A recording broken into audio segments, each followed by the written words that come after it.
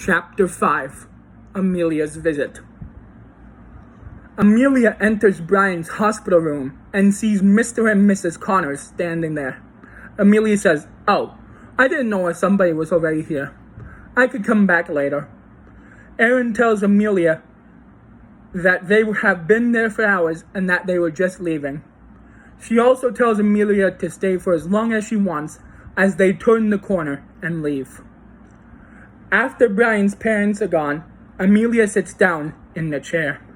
She sits there for 10 minutes before she finally says anything. "Hey Brian, it's Amelia. I hope you can hear me because I want to apologize now before you wake up and find this out from somebody else.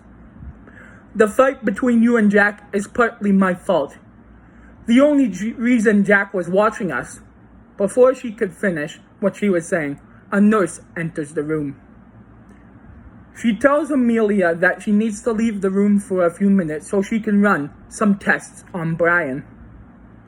Amelia leaves Brian's room and waits in the hallway. 5 minutes later, the nurse comes out and tells Amelia she can go back in. Amelia goes back in and sits down again. She continues what she was saying earlier. "The only reason Jack was watching us is because Jack and I are dating and have been for the past 3 years. She starts to cry until she hears the machines Brian's hooked up to go crazy. Dr. Harvey and a nurse rush in. Dr. Harvey says, 'His heart stopped. We need help in here now.'